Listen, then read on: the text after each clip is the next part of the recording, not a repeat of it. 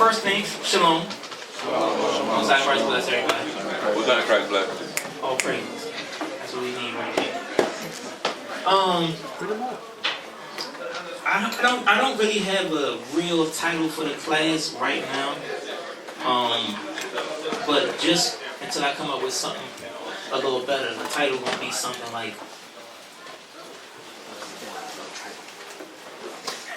it's gonna be called Lack of Manliness. That's gonna be the title. Lack of manliness. For now. Until I come up with something else. But so just based off that title, we should know that we might be dealing with the men. And there's certain things that I see that a few of us see that has to get corrected, you know, because you don't want to have people saying certain things about people where you don't want your name to be tainted with nothing that's false. So you want to be the best example of what a holy man is supposed to be. So we're going to open up with Romans 15.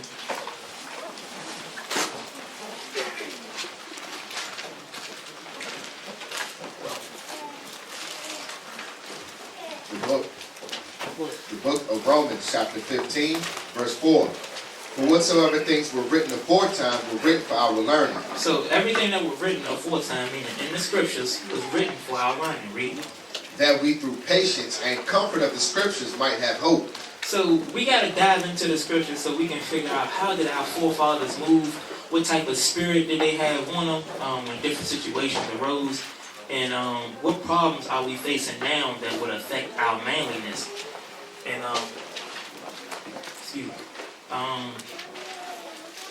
In today's society, us as men, we're faced with a lot of different things that attack our masculinity. You got things that's in the food. You have soy. You got estrogen that's everywhere. All these different things is to make us as effeminate as possible. You also have Hollywood portraying our quote-unquote role models, our black role models that people look up to.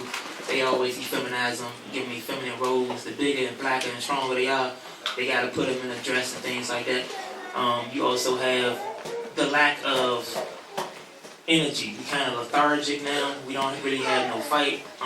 We don't take care of our bodies. We don't really work out in any shape or form, which also builds testosterone and counters the chemicals that release stress and things like that, so we can better handle stuff. Not to mention, a lot of us probably were raised by our mothers. And, you know, that's a common thing, but, you know, us in Israel, we got to change the characteristics that we had coming in here. You should leave out of these doors a better man than what you did when you came in here. So get 1 Kings 2. I'm going to touch on all those things. All them different little ways that we get attacked on a constant basis. I'm going to touch on all of that. 1 Kings 2, verse 1. The book of 1 Kings, chapter 2, verse 1. Now the days of David drew nigh, that he should die, and he charged Solomon his son, saying. So this is David on his deathbed. And as he's about to pass, he was talking to Solomon, which we know that was the next king of Israel. Read. I go the way of all the earth. Be thou strong, therefore, and shew thyself a man. So his first thing that he charged his son Solomon, he said, look, I've been everywhere that you can imagine. Charge and be yourself a man. Show thyself a man. How do we do that? So I'm show that. Read. And keep the charge of the Lord thy God, to walk in his ways, to keep his statutes, and his commandments, and his judgments, and his testimonies, as it is written in the law of Moses, that thou mayest prosper in all that thou doest, and whithersoever thou turnest thyself. So the first main ingredient, the first branch of our DNA that makes us a true man is keeping the commandments of the Most High. Right? So we know that most of us in here, or all of us in here, really, we come in here, we striving to keep the laws of God. So most of us have that down packed anyway. The ones who's taking this truth seriously, keeping the laws, statutes, and commandments. That's the first thing, that's the first step of becoming a true man of the Lord. But on a more secular level, it's other different ways to hit it. Get Joshua 5 and 13. This is our forefather Joshua. And we're about to see how he rode on this particular moment right here. The book of Joshua, chapter 5, verse 13. And it came to pass when Joshua was by Jericho that he lifted up his eyes and looked, and behold, there stood a man over against him, with his sword drawn in his hand. And Joshua went unto him and said unto him, Art thou for us or for our adversaries? Read it again. Art thou for us? Now read from the top. And it came to pass when Joshua was by Jericho. So Joshua was by the walls of Jericho, because this is right before they sieged. Read. That he lifted up his eyes and looked, and behold, there stood a man over against him. So right before they went and attacked Jericho, he saw a man standing over there. Read. With his sword drawn in his hand. And this man that he saw, he had a sword drawn in his hand. Read. And Joshua went unto him and said unto him, Art thou for us or for our adversaries? So the first thing Joshua decides to do, he said, look, are you for us or are you not? Are you an enemy or are you a friend? With no hesitation. Read. And he said, Nay, but as captain of the host of the Lord, I am now come. As who? As captain of the host of the Lord, am I now come. Who is that? Who knows who that is? Who we talking about? Soldier Mike. Christ. Let's talk about Jesus Christ. So Joshua saw Jesus Christ standing there in a warlike apparel, got his sword out and everything else. And the first thing he decides to do is, I gotta go test if this brother's thorough or not. Is he a friend or is he enemy? Read. And he said, Nay, but as captain of the host of the Lord am I now come. And Joshua fell on his face to the earth and did worship, and said unto him, What saith my Lord unto his servant? And the captain of the Lord's host said unto Joshua, Loose thy shoe from off thy foot, for the place whereon thou standest is holy. Right there where he just said, where's the proof? Where did we hear that before? That you know that that's Jesus Christ. Soldier Ryan.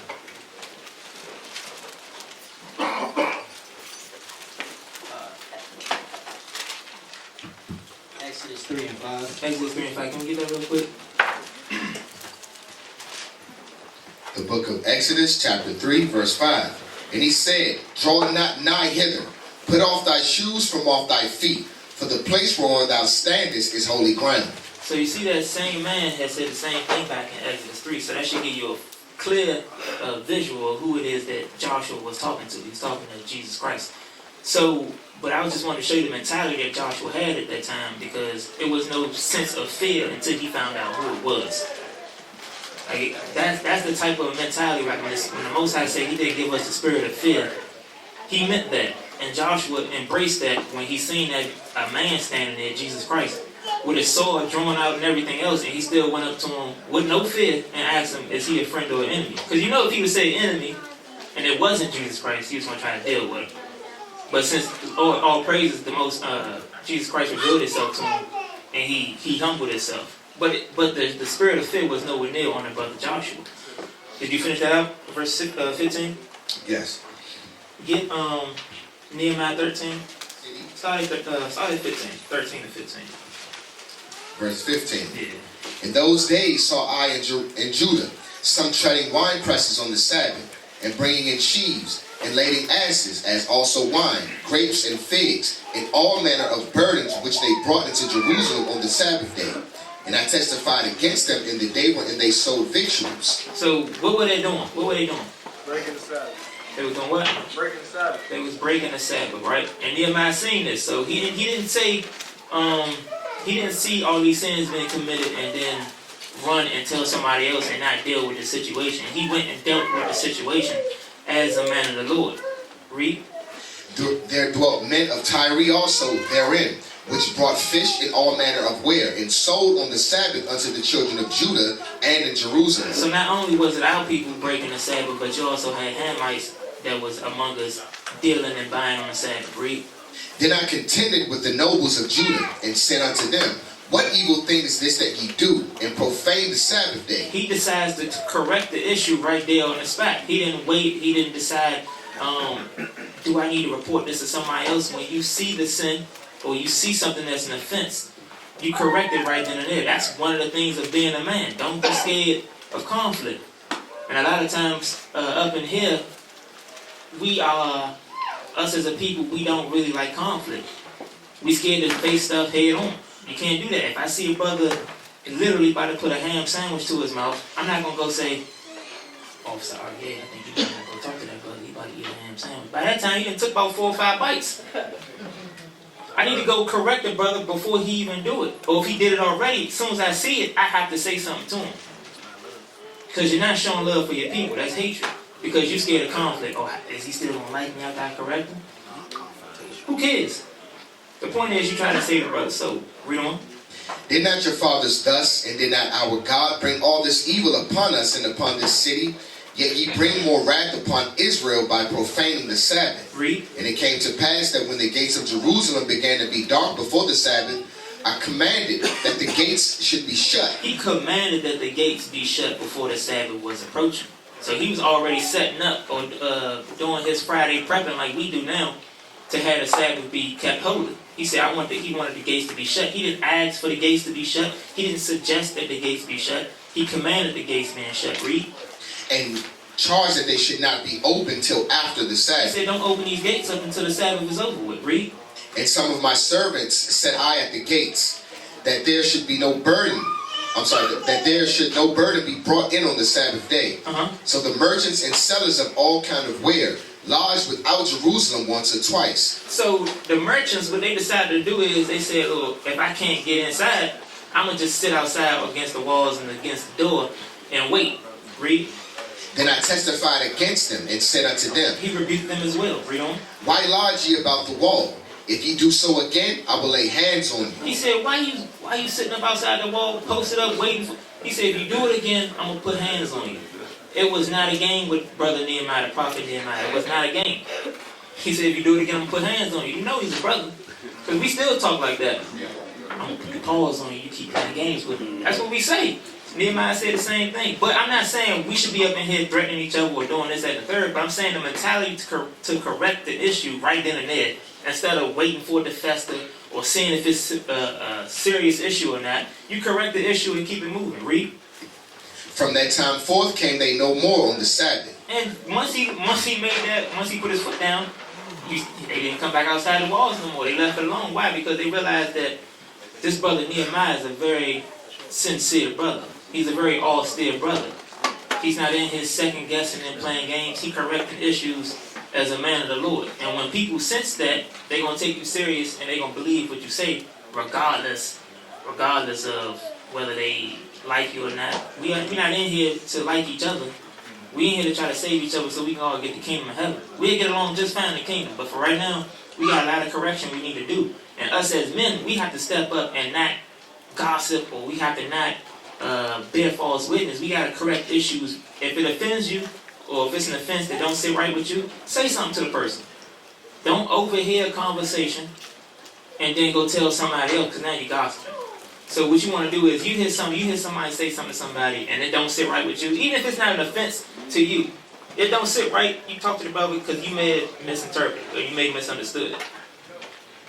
More times than not, it's a misunderstanding than anything else. Get Jude. We're going to start at 19.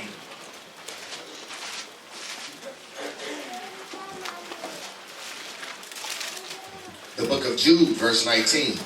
These be they who separate themselves. So these spirits are the ones that separate themselves from the congregation. Sensual. So we're talking about emotional brothers. Brothers who don't really have their emotions in check. Read. Having not the Spirit. They don't have the Spirit. Read. But ye beloved, building up yourselves on your most holy faith. We got to build up ourselves as men on our faith. Because when we read the scriptures, no man of God rode with an emotional spirit. And if they did, they got tested constantly. Prime example would be Ezekiel, who got his wife put to death right in front of him. And since told, you can't cry, you can't mourn for it or nothing, go teach my word. You know, and he did exactly that because he was a true man. He had his emotions in check. Because if he didn't have his emotions in check, and he started weeping and tearing up, who knows what the Most High would have did to him. I think did he make Ezekiel, was it Ezekiel that he made eat pork? Yeah. It was Ezekiel, right? He had to man up, gird up, and do that. Now, if he was emotional, it was like, X, Y, and Z. So I think I'm going to find that real quick. All right, see if you can find that for me. So I think before that, he was supposed to eat something else. And the Most High was like, well, since you complain about that, I'm going to have you eat Who was it? See if you can find it. The book of Ezekiel, chapter 4, verse 12. And thou shalt eat it as barley cakes, and thou shalt bake it with dung that cometh out of man in their sight. So the original commandment, because this was it was a parable for something else. But read that again. And thou shalt eat it as barley cakes, and thou shalt bake it with dung that cometh out of man in their sight. So the original commandment that he was told was to eat man poop, right, and bake it, which is completely trifling. But and Ezekiel understood that, so this is what he did. Read. And the Lord said, even thus shall the children of Israel eat their defiled bread among the Gentiles, whither I will drive them. So that was the whole point of doing it, is because it was supposed to be a parable to showing us that everything we going to be eating right now is going to be defiled, which it is. Read. Then said I, Lord God, behold, my soul hath not been polluted. He said, I ain't never ate nothing this trifling. Read. For from my mouth up even till now have I not eaten of that which dieth of itself, Because that's the law. Read. or is torn in pieces. Now there came there abominable flesh into my He mouth. said, I've never eaten something that's unclean before. Read. Then he said unto me, Lo, I have given thee cow's dung for man's dung. So the Most High said, you right.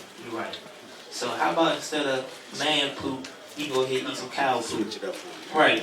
Give you a better taste. Read. Then he said unto me, Lo, I have given thee cow's dung for man's dung, and thou shalt prepare thy bread therewith. That's what happened when you complain. But that's a tough one right there. I'm not gonna lie. But and he still did it though, because Ezekiel was a man of the Lord. I'm sure if he complained again, he probably got something worse. So at that point, what they say, when you're in a ditch, best thing to do is stop digging. Ezekiel realized that. But go back to Jude, because I wanted to touch on this sensual thing, this emotional thing. The book of Jude, verse 19. These be they who separate themselves, sensual, having not the spirit. So a lot of times when somebody's beside themselves, or they feeling a little salty, they start to separate themselves. Because like I said, our people don't like conflict, and we don't like being confronted about stuff that's wrong with us. We never have, and in this truth, we still don't.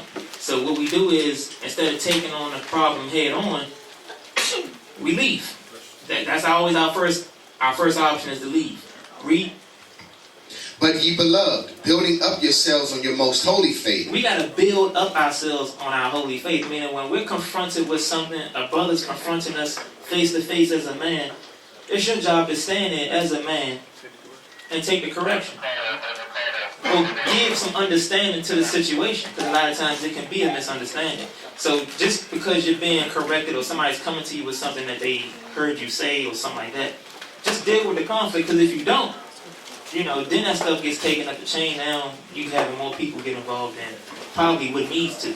Because stuff get blown out of proportion. Because you'd rather tell about the situation instead of confronting the situation and have another man deal with my problems. Instead of us dealing with it ourselves. Finish that out real quick. But ye beloved, building up yourselves on your most holy faith, praying in the Holy Ghost. Praying in the Holy Ghost, which is the laws of God. And you understand why you keeping the laws. Matthew 18 is a very strong law. Actually, it really is, just for the sake of the context of the class today, dealing with the man. It's a very manly law. Let's get that real quick. Because this is something that we don't genuinely do, or generally do, outside of the truth.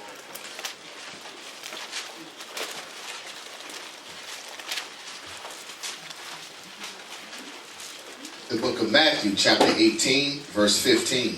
Moreover, if thy brother shall trespass against thee, go and tell him his fault between thee and him alone. And if he shall hear thee, thou hast gained thy brother. Read that one more time. Moreover, if thy brother shall trespass against thee, go and tell him his fault between thee and him alone. So, and what part of this verse does it take for you to have to really gird up and really go confront your brother? So, Money.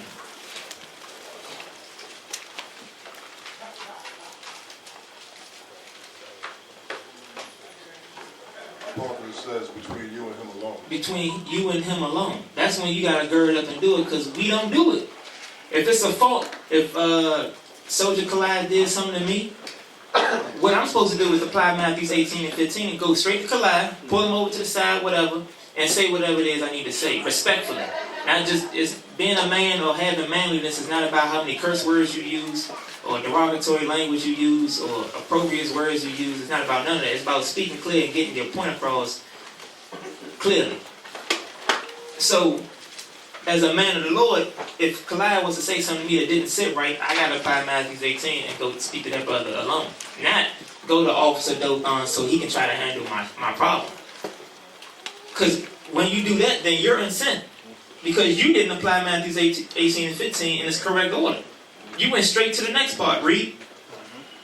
But if he will not hear thee, then take with thee one or two more. Now, when he doesn't hear you, meaning if I come to Kaliah and Kaliah shrugs it off, he takes it nonchalantly, or he just, says something to get, shoo me away, then I go do what?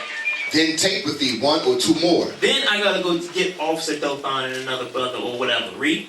That in the mouth of 2 or 3 witnesses every word may be established. And we explain the situation that happened between two people who have nothing to gain from the situation. Read.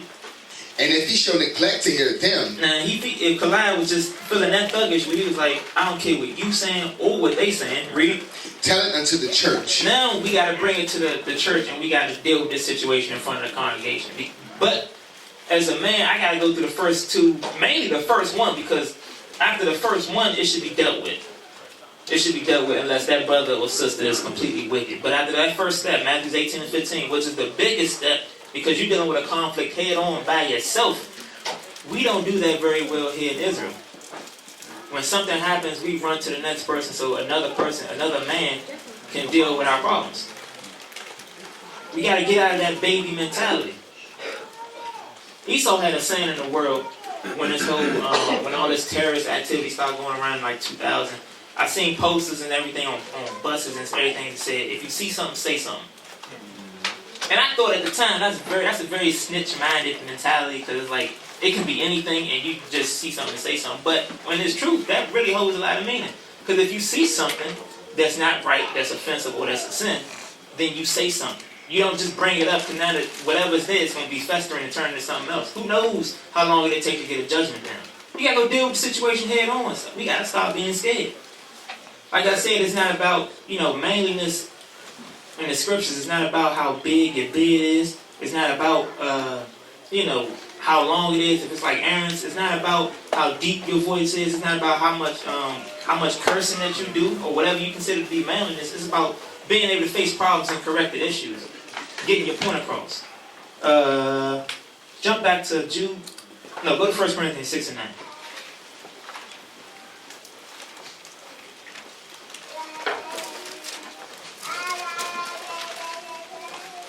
1 Corinthians chapter 6, verse 9.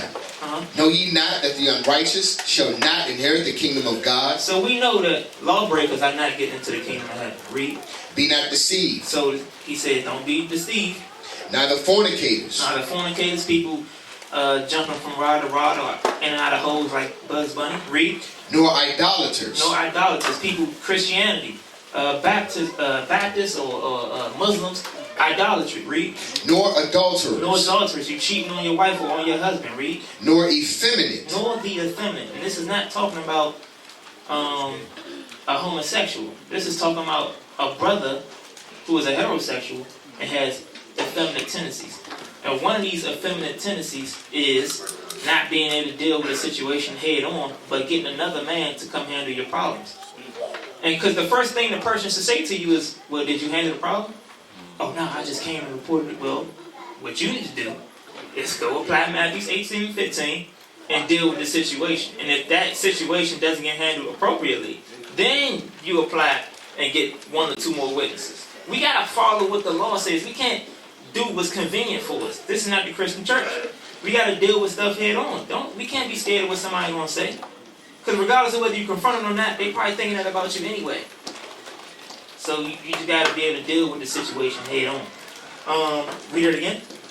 Know ye not that the unrighteous shall not inherit the kingdom of God? So it's saying if you got an effeminate spirit, the Most High is saying you're unrighteous and you're not going to get the kingdom of heaven. Now I'm going to take it a step further, because this is something I noticed since I've been in here. When I first came in, this truth with Officer Phinehas, Officer Phinehas probably had like the strongest shaloms I think I've ever been. Like, he would shalom you like a bear. Like, you would just be like a big paw and he just punish your fist every single time. Do the strongest hug. Not that he doesn't do it anymore, but we got brothers that coming up in this joint, they be 6'7", 250. And if you go to Shalom, I go to Shalom, and they got the old, they fist like this. You like, bro, what are you doing? Tighten. I shouldn't have to say, bro, tighten your fist up, tighten your wrist up. I'm looking up to you, looking at Shalom, and I gotta tell you to tighten up your wrist. Like small stuff like that. Like, come on. Like Esau's in the corporate world, a handshake tells you a lot about the person. Depending on how firm it is, things like that, you making eye contact. Shalom is the same way. If I'm Shalom with you and I feel like I'm about to knock your fist off, somebody like me, it's a problem. It's a problem. It's small issues like that we just gotta correct. Because when we come in here, we born again.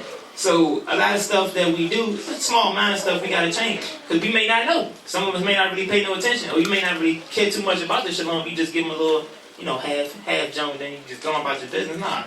That's way out of order. Way out of order. Straighten up your hands. They got them little squeeze junks on there. I forget the name of them, but do what you gotta do so we can get some manly Shaloms up in here. Read on. Be not deceived, neither fornicators, nor idolaters, nor adulterers, nor effeminate, nor abusers of themselves with mankind. Now that's talking about homosexuals. Read.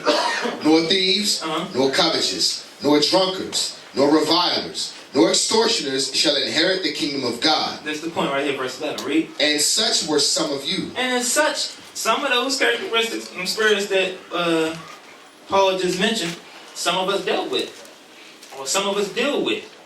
But the one I'm focusing on is the effeminate. Just as far as simple shaloms, Or another thing, when brothers get the mic to talk, or whatever the case is, brothers be rappers, got about 5 albums out, mixtapes before they come into the truth. And they grab the mic and act like they don't know how to operate. They grab it. They be like, they talking to it. Yeah, you like, brother, speaking to the mic. Oh, okay. What are you doing? Put the mic up to your mic. Put the mic up to your mic. Put the mic up to your mouth and speak clearly. It's not that hard to do. Your brothers be rappers and singers, got 34 mixtapes, and then y'all come in here, y'all act like y'all know how to operate no mic. Or they get it and say something to it, they be like, it's an on and off button, bro. That's all it is. It's an on and off button. Turn it on and speak into the mic so that everybody can hear you. Then we go home. You gonna say something, Mario? Yeah, I was gonna say, you can't hear yourself, we can't hear you. Right. Cause you like you said, Yeah, can y'all hear me now? like, come on, man up. You know you can't be heard. You know you're not heard, wait. And that's why leadership always say, back in the day, they didn't have no mics. They didn't have no mic system at camp. And I'm gonna be honest, I ain't got the strongest voice. And that's obvious. Like at camp, when we first started having camp and we ain't had no microphone, I could probably teach for a good solid 10 minutes before my voice is gone. I give you the best 10 minutes you probably ever seen, speaking to the people. And then I'd be here, my voice gone, I'm bringing up the next brother. I just ain't got it. But thank God for, mics and speakers. So, like I said, it ain't about how deep your voice is. It ain't about, because a lot of us got decent voices, better voices than mine, but we don't speak clearly. Well, now we got upstairs and downstairs, so you can talk as loud as you want. It's okay. You're not going to get fired. Nobody's going to snitch to your boss and say you speaking above X, Y, and Z. Just talk so that everybody can hear you. Read on. And such were some of you, but ye are washed. But when we come in here, we wash with the word. Read. But ye are sanctified. But ye are justified in the name of the Lord Jesus and by the Spirit of our God. And we about to get into that a little bit. Because like I said, that's one small, and these are small things. I'm not speaking about nothing major. Like something like tightening up your wrist and your fist when you shalom, exalting your voice when you talk. These are small changes that need to be made in order to really show yourself that you're a true man of the Lord. Because none of the prophets back in the day, they didn't have no mics. So when they was out there teaching, they was yelling at the top of their lungs, I'm sure. When Christ was speaking to the thousands, he wasn't talking like Caesar Borgia. Get Isaiah 58:1. We ain't brought this one out now. I ain't heard this one in a long time. Isaiah chapter 58 verse 1. Uh-huh. Cry aloud. Cry aloud. Spare not. Spare no one's feelings. Lift up thy voice like a We trumpet. gotta lift up our voice like a trumpet, meaning exalt your voice. I ain't saying when I'm sitting there having a one-on-one conversation with Doe, I'm expecting him to be yelling directly into my face. But he gonna be speaking loud enough so that I can hear him. Read. And shew my people their transgression. We always commanded to show our people their transgression. So when they do something wrong, it's our job as a prophet or a watchman or whatever it is you want to call yourself to correct the issue. Don't let the issue fester up. Man up. Go deal with that situation. We looking for people who in here who want to take action and do what they need to do without being told 24/7. Don't come running to somebody else to solve your issues or solve an issue that you've seen. Take the initiative. Show some leadership. Gird up and handle the problem. If somebody offends you, deal with that the proper way. And a lot of the brothers we're talking to, every brother in here should have a wife or want a wife or be looking for a wife. Matter of fact, turn my mic down. My mic ain't loud enough. Give me the green. Give me turn the green up. But no, so the brothers in here, if you don't have a wife, you should be looking for a wife. You know, the sisters over here don't want a feminine man. That's what they got in the world. And if they do, They don't. I should tell you something about yourself. Exactly. You having a problem or a brother's treating your wife a certain type of way, you gonna go tell somebody else how that brother treating your wife? Think about that, because that's conflict. That's a confrontation. But that's something that has to happen. But you got to be able to correct that matter. You work a long 48-hour shift during the week and you get paid for 35 hours. Who you gonna go tell? You're not gonna go to your boss and tell him your check not right? Right. You got to be able to stand up for yourself and assert yourself in certain situations. You got to shed off that weak nature. Very true. Read that again. Cry aloud. Spare not. Lift up thy voice like a trumpet. And shew my people their transgression. We gotta show our people that they sinning because they don't know. A lot of times they may not know or they may not care. But either way, it's our job to bring their transgressions to the light. Read. And the house of Jacob their sins. In the house of Jacob their sins. That includes if a brother sins against you. You have to show him that he did it because he may not know. He may be speaking reckless. That may be how he used to talk. He may be accustomed to it and nobody ever told him nothing about it. So you think he can come up here and say the same type of things and use the same type of language. It's our job to show the brother that he can't do that. You come in here and you talking reckless, pull that brother over like, bro, you can't talk like that in front of X, Y, and Z. You gotta calm down. You gotta use that's for another time. Get Luke 4:36. Speaking of Christ. The book of Luke, chapter 4, verse 36. And they were all amazed and spake among themselves, saying, What a word is this? For with authority and power he commanded the unclean spirits, and they come out. Read 35. Verse 35. And Jesus rebuked them, saying, Jesus rebuked, Hold thy peace, and come out of him. He rebuked the demon and told him to come out of him. Read. And when the devil had thrown him in the midst, he came out of him and hurt him not. The devil ain't do nothing else. He left him alone because he understood that a man with power and authority just spoke to him and rebuked him. Read. And they were all amazed and spake among themselves, saying, What a word is this? Oh my goodness gracious, we ain't never heard nobody talk like this. Read. For with authority and power he commanded the unclean spirits, and they come out. And that's what we got to do in here. To the best of our ability. We got to be able to commit. Like when you confronting a brother on a sin, guess what you're checking? An unclean spirit. When a brother dealing with anger, that's an unclean spirit. When a brother dealing with effeminate traits, that's the unclean spirit. A lying spirit, unclean. It's the same thing. And you confront that head on with authority and with power. Because the ultimate goal is that everybody in here wants the kingdom of heaven. That's why we in here. Not for nothing else. We in here for the kingdom of heaven. Now when we get friends and we make associates along the way, all praises to that. Let's build. But we can't build and we scared to confront each other on problems. Small teeny matters. That was the problem with Moses. Everybody was going to Moses for the most pettiest and smallest issues. That's why his father-in-law said, hey look man, set up order, set up captains, different ranks so they can deal with the minute issues and you deal with the big major issues. And we got a problem with that in here as well. Instead of saying, you know what, let me make a suggestion and tell officer this. Because I think this will probably make the school more efficient with their funds. or this probably can be done to make that new moons and things go a little smoother, a little quicker. Instead of doing that and dealing with the problems right here and there, we always got a problem with direct local leadership and authority. Because on your job, you don't have a problem with the CEO that you're working for. You got a problem with the supervisor that's right above you. Or you got a problem with the manager that's right above you. Even though they only instituting what they get from the CEO. They don't make the rules up. So since we always have a problem with authority, we do the same thing in here. You don't take your complaints and things that can make your local store run better. You send it straight up to the CEO just to get your boss or whoever fired when he could have said, I could have easily made that adjustment. That's running from issues and making stuff bigger than what it is. When you at McDonald's and they forget to put the fries in the bag or they leave off your lettuce off your sandwich, don't you tell the cashier or the person that you just ordered with what the problem was? Or do you say, no, let me speak to Ronald? You want to speak to Ronald himself. No, like it's an order. The Bible tells us it's an order and it's a way to do things, man. And we got a problem with that. The leadership that's set up the same way Moses had to set his leadership up, it's not about that. We got a problem with the ones that's directly above me. That's the problem.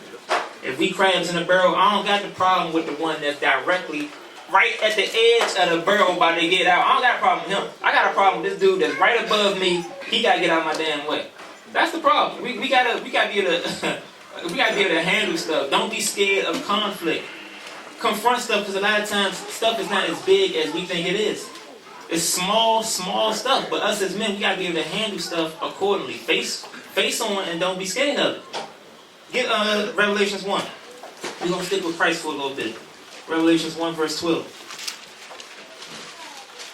Bro was in his jump emotion. He didn't shalom me. He must not like me. Like, bro, go ahead, Joe. Go ahead, bro. Don't come to me. Don't come to me. This is not. I'm not one for it. Officer, you won't believe this. I'm standing in the corner where nobody can see me, and the brother walked past me and didn't shalom. Can you believe that? The nerve. It's like, go ahead, Joe. Read that, Revelation 1 and 12. The book of Revelation, chapter 1, verse 12. And I turned to see the voice that spake with me. And being turned, I saw 7 golden candlesticks. Read.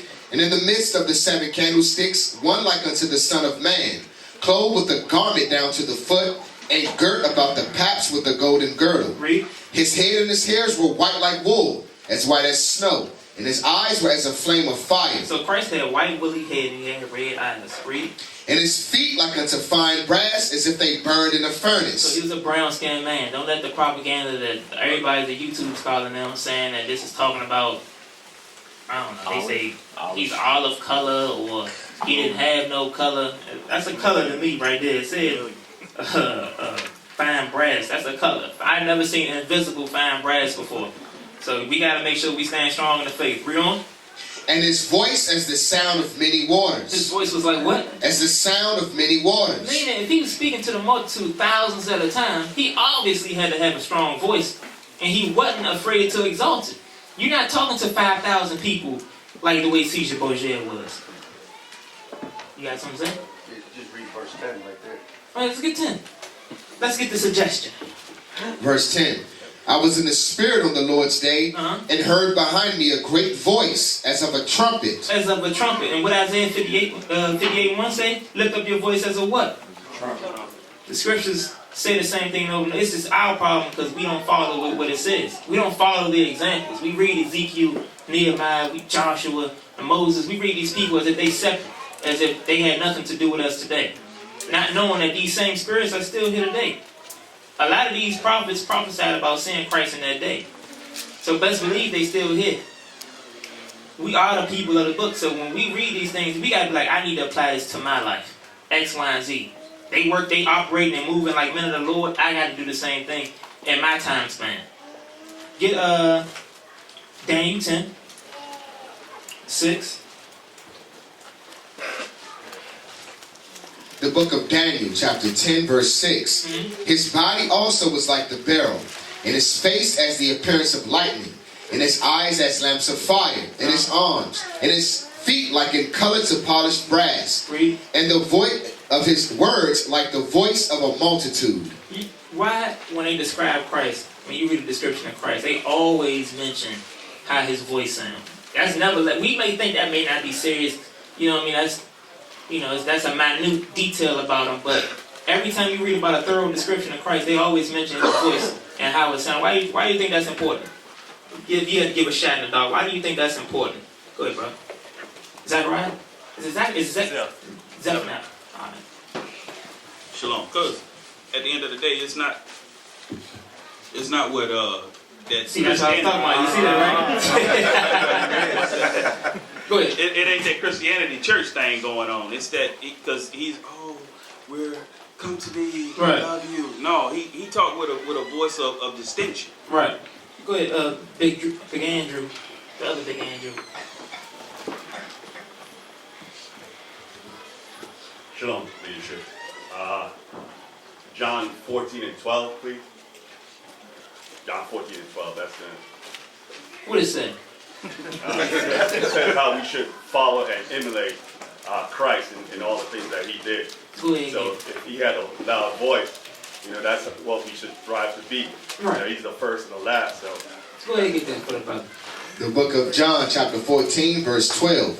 Verily, verily, I say unto you, he that believeth on me, the works that I do shall he do also. And greater works than these shall he do, because I go unto my Father. correct. So it just made the point that we're supposed to try to be like Christ. So if he had a loud voice, that's how we should be, Right. And Oh, praises. Go ahead, y'all. See what moves on. The main reason why Christ spoke loud is because he had a big job to do. He had to wake the people up. He needed as many people to wake up as possible. So he had to speak loud to large multitudes so we can get the truth, so we can get out of this captivity. Right, absolutely. When you look at the multitudes that Christ spoke to and dealt with, it was 3,000, 5,000, 1,000 this, 1,000 that. It was always over 1,000 people he talking to. So if imagine this whole entire room filled up with people literally from wall to wall, from shoulder to shoulder. And I'm sitting back here and I'm talking like this. Nobody understands nothing I'm saying. I probably look at me like I'm retarded. But if I had a loud, boastful voice, and I'm able to echo my voice and exalt my voice so that everybody can hear me, that's how I have to talk. That's the only way I'm getting my point across. So when you look at the images of C. Jabot, and I'm going to get that too, I think I got a video for that. When you look at the images of him and how he spoke and dealt with the people, you have to look at it and be like, there's no way he spoke to 5,000 people. He look like he can barely speak to 5 people. We got to be able to distinguish how the men in the scriptures move compared to the images that Esau give us. These are not the images we need to follow. So I skipped over this, but I want to get it. Get the Willie Lynch letter, page 30. This is The Making of a Slave by Willie Lynch, page 30. The breaking process of the African woman. So this is the breaking process of the African woman, but I'm not going to necessarily focus on the woman in the passage. Read. For fear of the young male's life, she will psychologically train him to be mentally weak and dependent, but physically strong. Read that part again. For fear of the young male's life, she will psychologically train him to be mentally weak. So we were trained for hundreds of years now to be trained to be mentally weak, meaning we can't handle conflict. We can't handle confrontation. We can't handle our emotions. We tend to speak before we listen. We quick to say something at the mouth, but that's not how godly men are supposed to move. You gotta be swift to hear and slow to speak. It's the reason why the scriptures say that. Now, when your emotions get high and stress get to running and things like that, and you in a moment, you may say something, but more times than not, we gotta conduct ourselves as men of the Lord. We can't buckle when somebody start yelling at you or something like that. Remain calm. That's how men operate. We gotta be able to control our emotions. Because the scriptures say that a new thing will happen on the earth, women shall compass a man. A part of that prophecy was what Willie Lynch inducted in a couple hundred years ago. That process of having us mentally weak but physically strong is what you see a lot of the product today. Mentally weak, we can't handle nothing. And we in the midst of conflict, the first thing we want to do is shoot each other. We can't handle, and because it's easy to shoot somebody and you gotta deal with it for no more than it is to talk to them and confront them. That's a hard thing to do. You want to say something? I just want to leave a ship. The rich letter he used to put out there was very heavy because my mother, when I first came into the truth, me and my daughter went to see her in Georgia, and she was like, "Oh, you one of those people?" I was showing her, Bishop Nathaniel, and just, in his classes. And she's like, "Oh, you want to do that?" I was like, "We all supposed to do this right here." And she was like, "Well, I don't want nobody to hurt you. That's why I don't want nobody to hurt you and everything, and hurt my baby." And I was like, I said, "Mama, I don't know if you seeing it, still hurting us regardless of what, but we might as well speak those words." But that's a true fact to where the mothers, a lot of our mothers are not in the truth. They try to keep us docile. They think they're doing us good, but they're doing more harm than anything. That's a perfect example, bro. That's bravery just for sharing that story. But in all honesty, though, that's how a lot of our households are, though. And that's no fault to them because they think they're doing the best job possible trying to keep their son safe, but they don't really realize that they continuing a cycle that's been keeping us mentally weak and very docile. They don't want us to do anything. We got to be dependent all the time.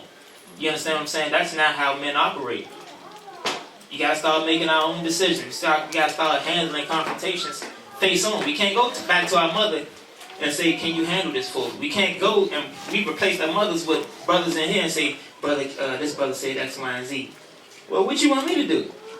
Go solve it. And if you don't listen, then you bring your witnesses in, like Matthew 18 say. That's what we gotta be able to do. We can't be scared of confrontation. You wanna say something? The dude, Jalen Ramsey from Jacksonville. Yeah. That's a great image of, this is a big, strong, burly brother, a beast on the football field, but when you talk to him, like everybody says, is this brother gay? Is he, like, what's wrong with him? He's that soft. And I'm talking about his fathers. You look at his stature, you expecting this great big voice to come out of the brother. Soft as cotton, though. We can't be like that. And that's another point that I was going to get into. Everybody who, us as Israelites, we put them on a high stature, like the athletes, the entertainers and things like that. That's why they always got the effeminized one way or the other. What's that brother's name? Cam Newton. Brother got to be like probably 7 feet tall. Like 250. And he wears the absolute most effeminate outfits he can possibly find. Like, I think he does it on purpose. Russell Westbrook. The brother's a dog on the court. You would think that if you say something wrong to him, he hit you smooth in the face. He get off the court, he get his stuff solely from Baby Gap, only. Only. But he act like he ferocious amongst everybody else. Then he get off the court and he just, it's like, and they do that with a lot of our so-called black folk that's in standing. That has some type of influence. They gotta make them effeminate. Got to. Cause that's how and that type of stuff started with Allen Iverson too. Because when he came in having the hip hop type stuff with the baggy clothes, the earrings, the jewelry, they tore him to pieces. They don't want people dressing like that. Even though that's not the best image either, but at least it's manly. And as far as the world standard is concerned, now it's just straight. Brothers might as well just be wearing leggings and flip-flops sitting at the podium. I'm just saying, we gotta follow Christ. We gotta follow the ones who did it before us. They wasn't operating like this. They wasn't operating like this. And the reason why, these examples are here, because even though they didn't deal with brothers, very super duper effeminate brothers constantly, they knew that the Most High knew that He had to have these examples in here for us, because it was gonna be a certain time where we getting attacked from all different places, whether it be the food, whether it be lethargic, whether it be vaccinations, whether it be the air that we breathe. They always attacking the man constantly, but they want to make the women masculine, switching roles. Did we finish that with lunch, by the way? No. Finish it, please. For fear of the young male's life, she will psychologically train him to be mentally weak and dependent, but physically strong. Physically strong, read. Because she has become psychologically independent, she will train her female offsprings to be psychologically independent. Y'all see that? That's feminism right there in a nutshell. Read. What have you got? You've got the nigger woman out front and the nigger man behind and scared. Behind and scared. We don't want to confront nothing. Conflict show up, we got to go tell the next man because he got to deal with it. We don't want to deal with nothing. That's because you see him to be stronger than you. Right. That's very true. That's very true. You know, but coming in here though, being born again, becoming a new creature, we just gotta change up. We gotta change up how we operate. We gotta change up our mannerisms. You understand? We gotta change up how we move because we gotta start moving as men, as one collective body of men. When a situation arises, it should be a problem. We should be dealing with problems like too many people want to deal with this particular situation. Nobody wants to deal with it at all. They just want to go report it up. Deal with the situation. Then report it if it doesn't go the way it's supposed to go. That's how the soldiers in the body is supposed to move, because y'all the first line of defense. So when y'all start seeing something, or whatever the case is, y'all got to deal with it right then and then.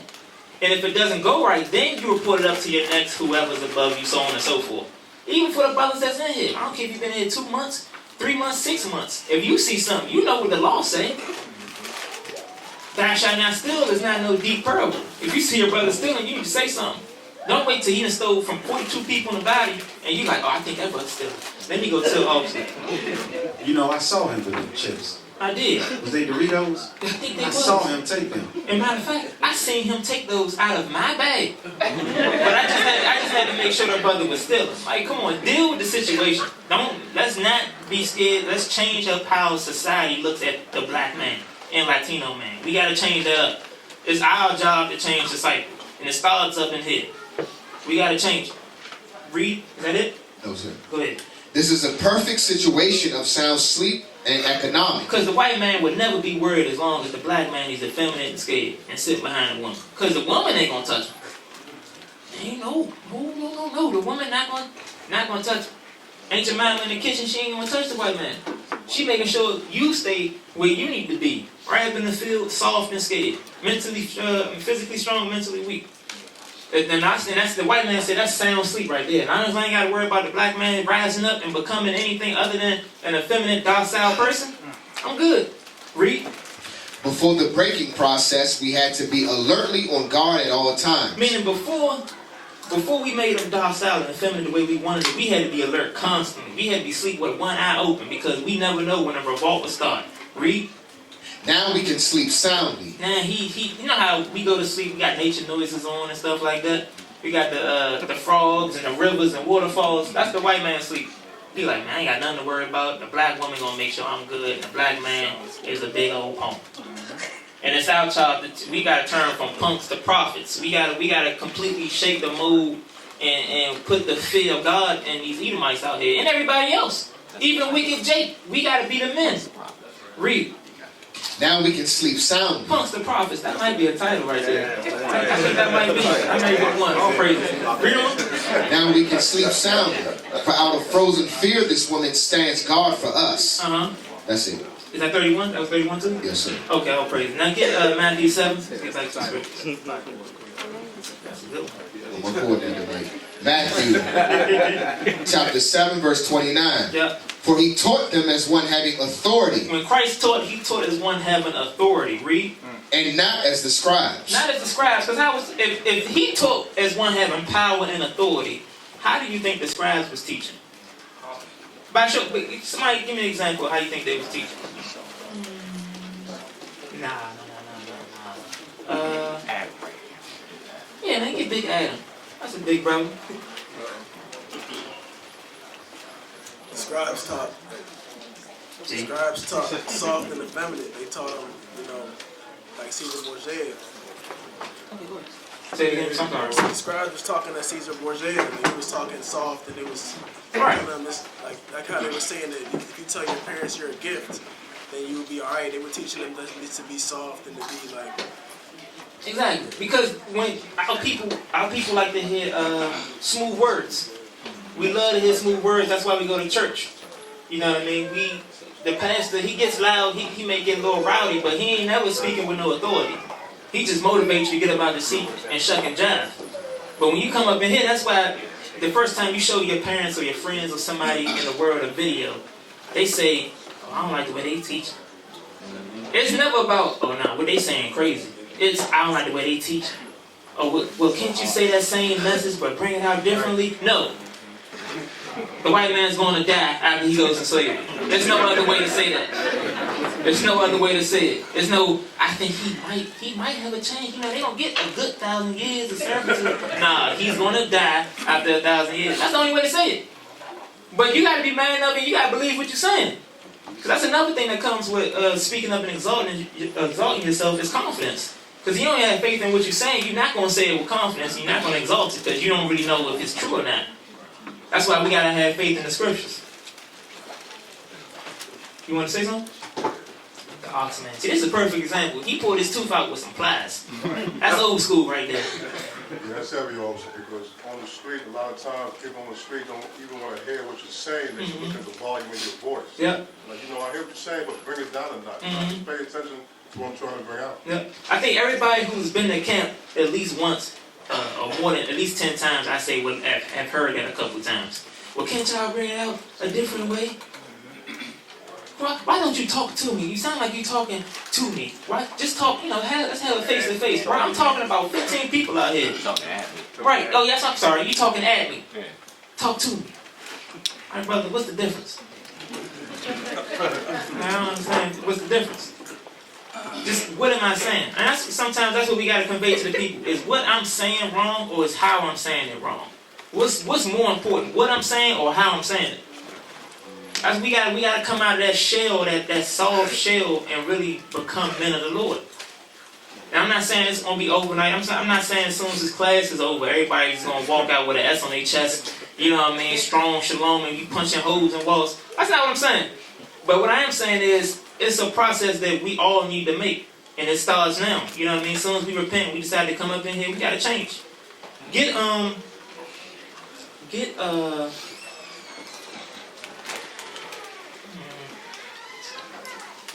that Son of God trailer. Gabby.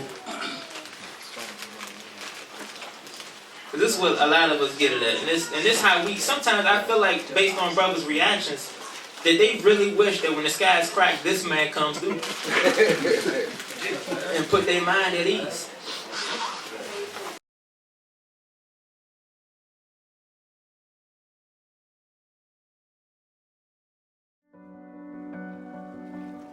Do you need help? There's nothing to help with. What are you doing? Going fishing. I'm telling you, there's no fish out there.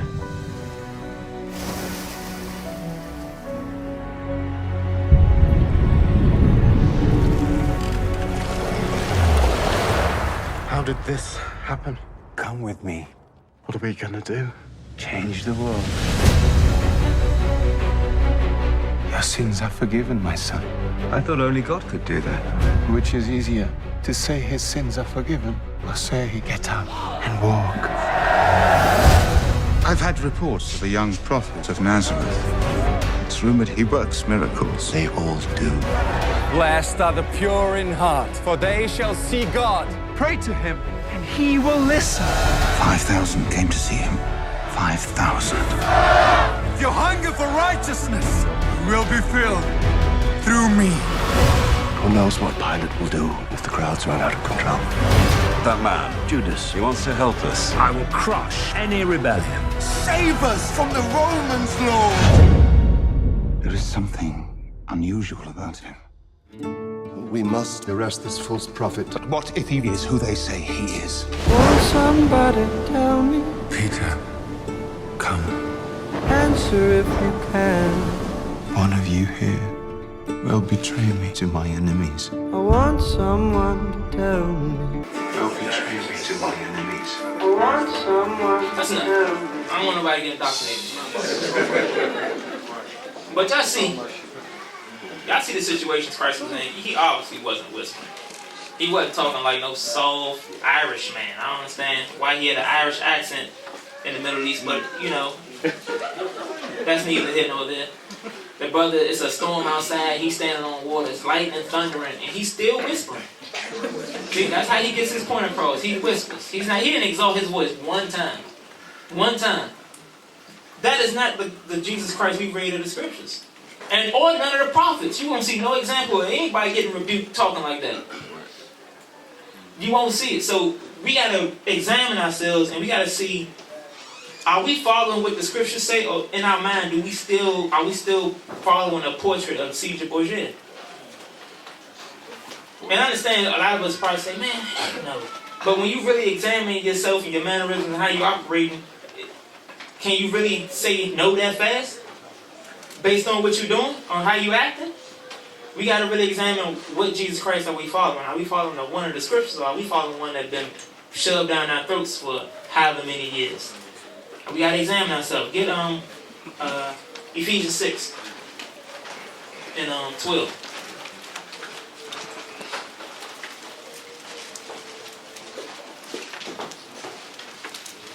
The book of Ephesians, chapter 6, verse 12. For we wrestle not against flesh and blood. So you realize, as a man of the Lord, we're not wrestling with flesh and blood. We're not out here trying to go to war physically. We're not trying to do all these different things. Read. For we wrestle not against flesh and blood, but against principalities. We're dealing with the principalities in the high places. Read. Against powers. Against powers. Wickedness. Read. Against the rulers of the darkness of this world. Y'all see what the scriptures call the people that run this world right now? The rulers of darkness. The ones that's coming down with all this propaganda, all these different movies, Hollywood, all these different things and different agendas in these think tanks. They call it the rulers of darkness, is what the scriptures call it. That's what we're battling with. So we can't match that spiritual war, and we mentally weak. We got to be able to conform to the scriptures. We don't got to be necessarily physically strong or in the best shape, but we need to be mentally strong so that we can battle the principalities that's out here. Because we're constantly going against spiritual warfare every time we wake up. And it's multiplied on the Sabbath. Because that's the Lord's day. That's why when we out there teaching, you may see somebody you known all your life, and they get to act the fool. You're like, bro, what's wrong with you? But you realize you're not dealing with him though. You're dealing with an unclean spirit. So what are we going to do? Are we going to cave in and shy away from the conflict, or are we going to rush in here strong? Imagine if Maccabees did that. We'd still be under the Greeks. Imagine if our forefathers did these things. Like, we gotta have faith and believe in what we're saying, and when we see situations, we gotta say something to that individual. It don't have to be disrespectful to be no man. You don't have to curse at him, or do all this other stuff and get all up in his face. But it's plenty of ways to talk to another grown man and conduct an orderly conversation to get each other's point across. It's very simple. We gotta keep our emotions in check. Now, speaking of spiritual wickedness in high places, I mentioned Hollywood. I mentioned the think tanks and how they got to feminize the ones that influential in the world today. Get that Dave Chappelle clip. You funny. Get that Dave Chappelle clip real quick. And mind you, it was so many. When I looked for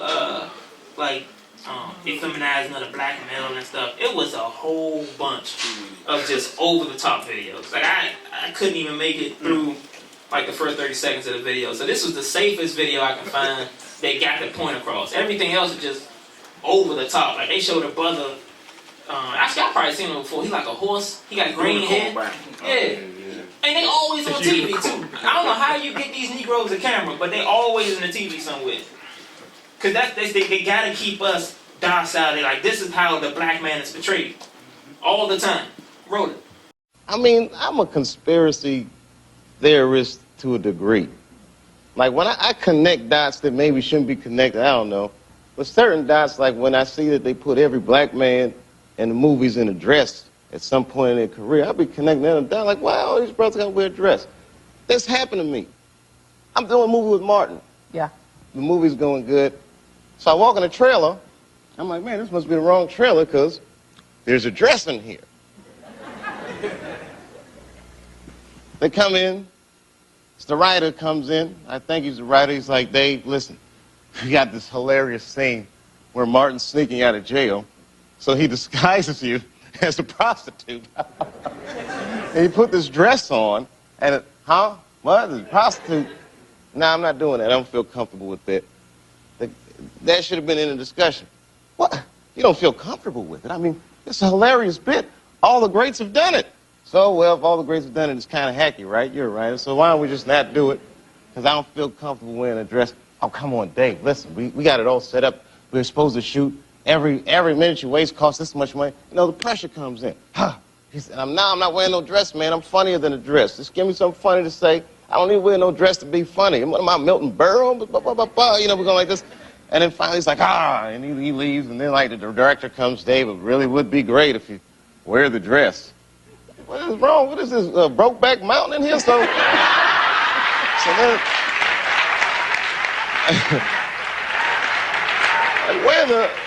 wear the dress. I don't want to wear the dress. I want to wear this dress. You know what I mean? This is, oh, gosh, this guy's so difficult. They leave. Now the producers comes, come on, David would be so great. I mean, and then I started thinking about it. All the comics that I've seen, man, you know, strong brothers, why they be putting us in these dresses? But the minute it was clear, I was adamant, I'm not wearing a dress. I'm not wearing the dress. All right, fine. Think of something else. Guy comes back 10 minutes later, the whole new scene. Hot damn, how did you write the scene so fast? You know, it's like, so you gotta take a stand.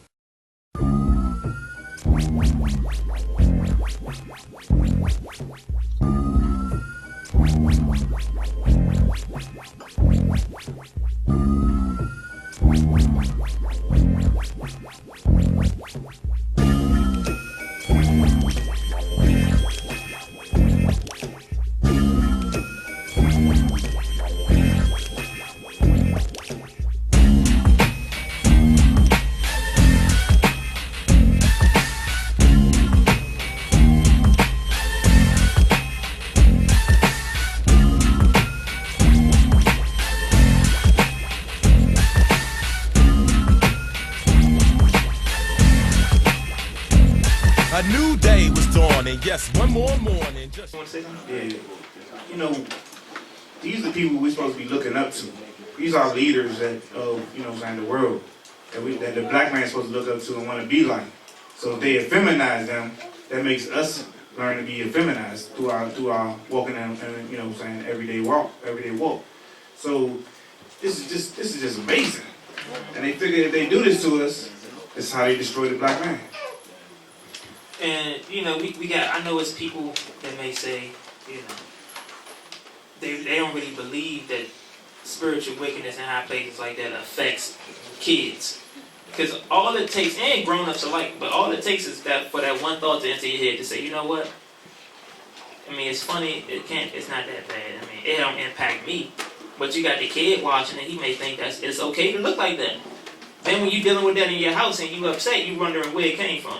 I didn't teach this and that. Then it's a lot of stuff that we out here combating 24/7. So you understand when the Most High say he's building up an army, he needs an army of men. He's not talking about Esau's army that got transgenders in it and national wear your heels day when they was marching in hills and the military. That's not the type of military the Most High building. He building real men who's willing to confront problems head on. We dealing with spiritual evils out here that most people don't even know about. We know about it. So what we look like half-stepping and not showing ourselves men unto God. Get 2 Corinthians 5 and 17. Like I said, we got to examine who it is we following. Are we following the prophets and the Jesus Christ of the Bible, or are we following Caesar Bowen subconsciously? Esau's doctrine. Go ahead. 2 Corinthians chapter 5 verse 17. Therefore, if any man be in Christ, he is a new creature. Old things are passed away. Behold, all things are become new. Read that one more time. Therefore, if any man be in Christ, he is a new creature. Old things are passed away. Behold, all things are become new. So, if any man be in Christ, in which we all say we are, we got to be a new creature. That's the slate that we get when we come in here. We got the spirit of repentance on us. We get that new slate. We become a new creature. So with a new creature, you're able to mold yourself however you see fit. However the Most High see fit, He gonna mold you. But you got to be willing to change. You can't come in here thinking you can just carry the same stuff from the world in here, taint it, and think you're just gonna strive and be okay. That's not the case. I don't care what your age is, whether you're 20, whether you're 30, 40, 50. We got plenty of elderly people in here. You got plenty of young kids in here, kids still in middle school, things like that. We gotta shape everybody in here to be a man of the Lord. Everybody. Some people in here may have better manly tendencies than others. You gotta show the next person who may not have it down packed like you do how to be that way. A lot of us didn't have them type of role models. Even like you read about the Bloods and the Crips, right? And how many kids and things that they get to join their gang because they feel like they don't have no family or for protection purposes, and those are the men they look up to. Well, those are not good examples because when you think about it, none of them brothers, all them brothers that's out there, probably raised by their mama, more than likely. And two, they don't know how to handle problems. Like, and that's one of the biggest things with men. We don't know how to handle problems. So when a conflict occurs, when it happens, we go to the next man to try to solve it. Or we just let it fester. We just let it fester and we don't handle that at all. Another thing is, we speak very soft. Like we in a library, everywhere we go, it's just a library. Like we just don't, we refuse to raise our voices. But when we go home, say some of us who have wives, we may go home and raise our voice up at our wife though. You're a lion in the house. And you a mouse in a congregation. That's a sign of a feminine spirit right there. Very argumentative with your wife, docile around your brothers. I'm just saying, it's small stuff, small mannerisms. And I'm not accusing anybody in here of that, to my knowledge. But, you know, it's some of us in here that it's small mannerisms that we got to continue to change. Repentance is it's a full-time job. Anytime you find something new, you gotta make the changes. You gotta bring the thing full circle. You gotta do a complete 180. I mean changing everything. Everything. The way you look, your countenance. And y'all know the countenance I'm talking about.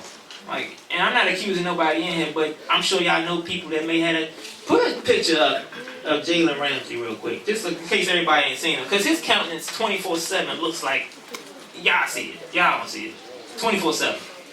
Did you just not want to hear it at the end when he came up? I think he came up to you. Yeah, nobody worried about him. He came to me, you know what I'm saying, on some disrespectful stuff. You know what I'm saying? The game over with.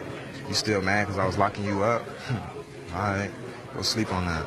I ain't trying to hear that after the game. So you vowed that he wouldn't get in your head. But you managed to get in his head, you think? What you think? You tell me. You tell me. Anytime I lined up on him. Yeah, y'all go watch that. Y'all go watch that. Y'all tell me who got in who head. He came up to me after the game. You feel me? Y'all tell me who got in who head. You an old man acting like that. I ain't trying to have spirit jump out the TV. But yeah, I mean, but that's the type of stuff that we combating with though. That's what I'm saying. That's the type of stuff we combating with. That man probably bench press 380. He probably like 6'8", but this is what we dealing with. This is what we dealing with. When you look at that brother, and a lot of brothers like him, we see him all the time. We have to be the examples to show them what it means to be a man. Even if we didn't have an example ourselves, coming into the scriptures, once we repent and we fully embracing this Bible, and we start bettering our mannerisms and how to handle conflict and confrontation and problems, we got to be that walking light and example to everybody else to show y'all what y'all doing ain't quite right. And y'all, you know, and the mannerisms start, you know, you see him up in here. You may not be swinging your arm back as far as he was when you walk, you know, but you may be limp-wristed on your shalloms. Y'all laughing. Brothers come in here, they got these limp-wristed shalloms. Tighten them up. That's all I'm saying. I shouldn't shalom you and your whole hand swing like this, because is that loose. Just tighten up your shaloms. When we see a problem, you confront that problem head on. Be a man about it. And like I said, I gotta keep putting a disclaimer out there, because I know our people can be real petty, and they can say, well, he said since he want to do this, you know, da-da-da. No, I'm not saying you gotta use a bunch of vulgar language. I'm not saying you gotta be walking around with your chest poked out, overly aggressive for no reason, or just saying all the wrong stuff at all the wrong times. That's another effeminate trait, not knowing how to control your mouth. Because in the back, at least before, when I came in, Women were the main ones that I knew of that just reckless with the mouth. Reckless. Whether they talking to a man or a woman. Just way reckless. And one of the main reasons is because they can't control their emotions. So as soon as they say something, all logic is thrown completely out of the window. It ain't nothing but, what's the name talking? Estrogen talking. That's all it is. And they yammering off, saying all types of stuff. Us as men, we cannot operate like that. It's practically 2 women in the house if you operate the same way your wife do. Bro, not me. I'm a man. Okay, well, show yourself a man unto the Lord by keeping his law, statutes, and commandments and following what the prophets did before us. You want to say something, though? Smacking your teeth. That's another thing. Oh, yeah. I don't even let my daughter smack their teeth. That's a problem. Yeah. Rolling your eyes. Definitely. That's a problem. These are all characteristics that we trying to get our women to come out of. But at the same time, we got men exhibiting the same characteristics. That's a problem. And when a brother come to correct you, your eyes should be locked dead on his eyes because y'all having a conversation. Y'all communicating. You shouldn't suck your teeth and roll your eyes like, brother always correcting me. No, that's the effeminate spirit that the Bible's talking about. That's being effeminate. We got to stop all of these things. Right. Or, like another trait for thing. Can you find the scripture about Abram when he was controlling his house, commanding his house? But you had the one brother. He's not in here now, but he had that trait, and he always feared correction. He'd say something like, "Oh, why we can't just come here and have a good time? Does somebody always have to get corrected?" Yes, brother. Somebody always have to get corrected because somebody always messing up, and that's what we here for. We not here, like if we all came in here and everybody had an absolute perfect day, nobody did nothing. There's no secret sinning, no nothing. Christ would literally crack the skies that day. When that day comes, that day is not here. We come here, we constantly getting countless counseling meetings 24/7. People come home, they call in school, and people, there's problems getting dealt with 24/7. That's Israel. That's what we here for. They seek help. They seeking a man's help and guidance. And if we can't be that help to the nation, then we're gonna get moved out of the way. So we have to gird up ourselves and be able to take on problems. That's why I keep saying it over and over. We gotta be able to take care of problems here. It starts in your house and it starts in the congregation. You gotta man up. I ain't saying you gotta be out there jump wrestling bears or whatever you see fit to be manly, chopping down trees with your bare hands. Whatever you do in your spare time is what you do. But I know when you come up in here, we gotta make sure that our standards is the Bible standards. And the Bible says that Christ spoke with authority. He spoke with power when he rebuked people. He didn't speak like the Pharisees. That's how we gotta be. When we confronting people with their sins, their unclean spirits, we gotta voice ourselves with an authoritative manner. Not whispering. And I understand the scriptures also say, I want to say it's in Jude. You found it? Okay, I want to say it's in Jude when it tells you that sometimes, pretty much to paraphrase it, aggressive correction doesn't always help the brother. Some brothers need, a pat on the back and encouragement in that type of correction in order to get the best out of them. It's not always about how aggressive you can be or, whatever the case is. Read that. The book of Genesis, chapter 18, verse 19. For I know him, and he will command his children and his household after him. Read that again. For I know him, that he will command his children and his household after him. So he knew Abram was a man of the Lord. Not only that, but he was going to command his household. That means he had everyone in order the way it's supposed to be. Him, his wife, and his kids. Commanding his house. His kids wasn't talking reckless. I'm sure if they had a school system, his kids wasn't the only ones in the school that knew they was an Israelite and the worst damn student in there. You got to be able to command your house.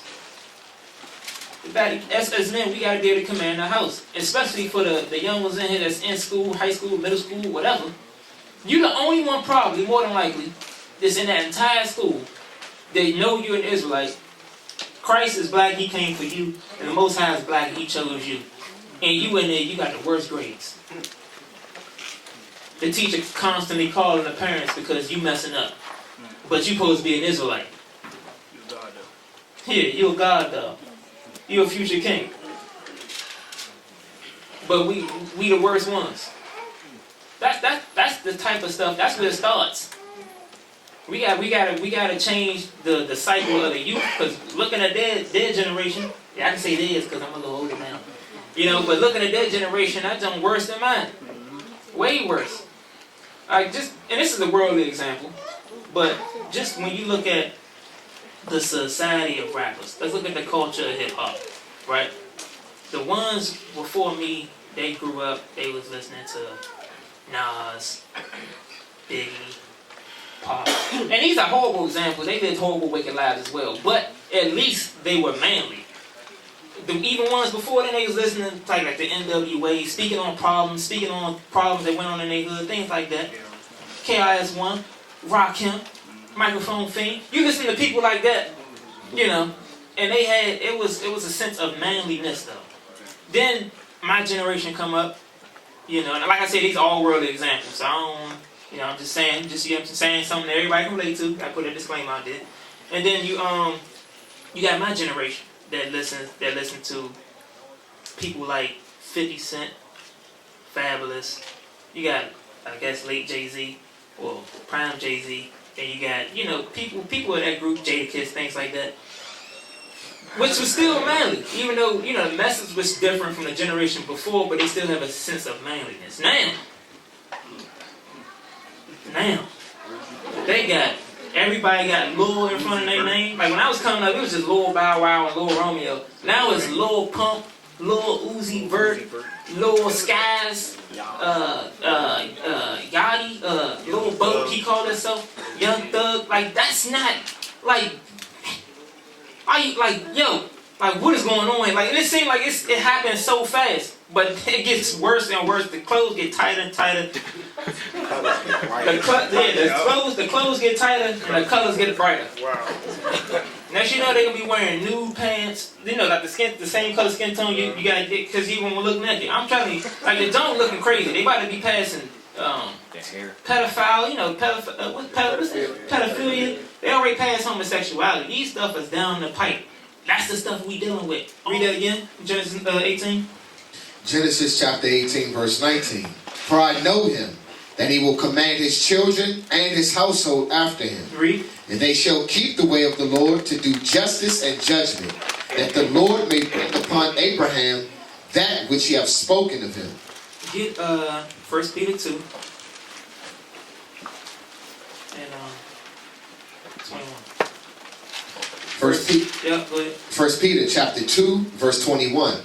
For even hereunto were ye called, because Christ also suffered for us, leaving us an example that ye should follow his steps. You know what? Start at 19. Verse 19. For this is thankworthy. So Peter is saying this is thankworthy. Read. For this is thankworthy. If a man for conscience toward God endure grief. And if a man with a good conscience toward God endures grief, it's about to tell you what type of grief too. Suffering wrongfully. Suffering wrongfully. So when you get blamed for something comes to you and try to taint your name, false accusation, something that you know for a fact is not true. You know, whether you have a way of proving it or not, you know for a fact it's not true. And somebody comes to you with it, you know, sometimes, most times, you got to take it on the chin. Because a lot of stuff just ain't that serious. It's really not that deep when you look on the grand scale of stuff, of what's going on and stuff we dealing with in the congregation. Somebody trying to slander your name is not always as deep as you want it to be. It's not a personal attack. If you get accused, like prime example, if leadership comes down here and they saying whatever it is that they saying to myself and the other officers, and the perception is one thing, even though we all know that's not the case. We got to take it on the chin because these trials have to come. Are we going to stay in the spirit and deal with it as men? Or are we going to try to blabber off and say some foolishness out of our mouth? That's one of the hardest things to do, knowing something not true, like a rumor or something that's not true, and you still got to take it on the chin. A lot of us probably won't even humble down and do that, but it's been a time in our lives, at least for me and him, where it's happened and you got to deal with it. Because it is what it is at that point. The only thing you can do at that time is hold true to your actions and make sure you don't fit what that rumor is. And walk, and you gotta have a better walk, a more straight walk. Read. For what glory is it, if when ye be buffeted for your faults, ye shall take it patiently? Read. But if when ye do well and suffer for it, ye take it patiently, this is acceptable with God. Read verse 20 again. For what glory is it, if when ye be buffeted for your faults, ye shall take it patiently? So when you buffeted for your faults, meaning you're corrected on something that you know you did wrong, or whatever the case is, you take that patiently because you know you did it. You know, that's pretty common. Read on. But if when ye do well... But when you're doing well, you got a good name, a good report amongst the congregation and things like that. Read. And suffer for it. Now somebody comes up with a slander against your name. They falsely accuse you for something. Read. Ye take it patiently. Now you take that patiently. Read. This is acceptable with God. That's acceptable to God because who did that happen to? Christ. It happened to Christ. Everything they came up to him against was completely false. And he still took it on the chin and died for the nation. Read. For even hereunto were ye called, because Christ also suffered for us, leaving us an example that ye should follow his steps. That we follow his steps. And the way Christ spoke and conducted himself was as a man of authority, rebuking unclean spirits, trying to call our people to repentance. We gotta walk like that. We're not whispering. You understand? We're not in here limp wristed. We're not swinging our arms back too far when we walk. You know, small stuff like that, we gotta change. If that's you. I'm not saying that's anybody in here, but if that's you, and you know it's you, just try to make them be more conscious about how you move and what you say and how you say stuff. Don't be scared of conflict. Read on. Verse 22. Who did no sin. He did no sin. Neither was guile found in his mouth. So even when he was being falsely accused, it was still no guile found in his mouth. That's how we need to be. When you're falsely accused, you still gotta move right. That don't mean you try to render evil for evil because somebody says something false about you. Now I gotta get that brother back. That's not the spirit. That's not the spirit because that stuff is going to happen. It's going to continue to happen, one way or another. Get Titus. The book of Titus, chapter 2, verse 1. But speak thou the things which become sound doctrine. So we got to be able to speak the things that become sound doctrine. Talking about the laws of God. Read. That the aged men be... So the brothers... not only just my black and silver beards up in here, but also the ones that's been in this truth for a good little time. Read. That the aged men be sober. That we be sober, meaning clear-minded. Grave. Grave, meaning serious. Temperate. Temperate. Sound in faith. Temperate means also you're not up and down in your emotions. You're very even keel. Cool, calm, and collected, as people like to say. Read. Temperate. Sound in faith. Sound in faith. We're not wavering. You understand? We're speaking with boldness, with confidence, with authority, with power, because we're sound in our faith. We know what we believe in is true, according to history and according to prophecy. Read. In charity. In charity. So, like I said, when you're falsely accused of something, you're not going to try to go back and go railing for railing with another brother. You're going to take it cheerfully, because honestly, at the end of the day, if you know it's false, why get upset? Because the Most High going to expose it one way or another. That's why it's important that we just have faith, because if you don't have that type of patience and charity, that means you don't believe that the Most High is going to clear your name, regardless of how long it takes. You can't take stuff within your own hands to do when you're dealing with that, because now you disrupting the Most High's work. Let him work. If your name is clean like you say it is, you ain't got nothing to worry about. But if it's tainted, then you're going to have a problem. Get verse 6. Verse 6. Yep. Young men likewise. So young men with little to no beards like myself, or for the ones that's just coming into this truth, read. Young men likewise exhort to be sober-minded. We got to exhort ourselves to be sober-minded, meaning clear, so we can make proper judgment. That's the whole point of being sober, so we can make proper judgment. Read. In all things showing thyself a pattern of good works. In all things showing thyself a pattern of good works. That's how you establish a good name in this truth. That's how you establish a good report amongst the congregation, because the way you walk and the works that you do are always good. Read. In doctrine, showing uncorruptness. In doctrine, showing uncorruptness. That's the same thing as where it says for the aged men, sound in faith. It says for the young men, in doctrine, showing uncorruptness, meaning you're not wavering or you don't have no false belief in what you're doing. You're not in here just going through the motions. We in here because we believe that we're the Israelites the Bible speaks of, and the kingdom of heaven is for us. So if you don't believe that, now you got a sense, you got the incorruptible seed that's sitting in your mind. All it takes is for a doctrine to come out that you don't believe in, and you're gone.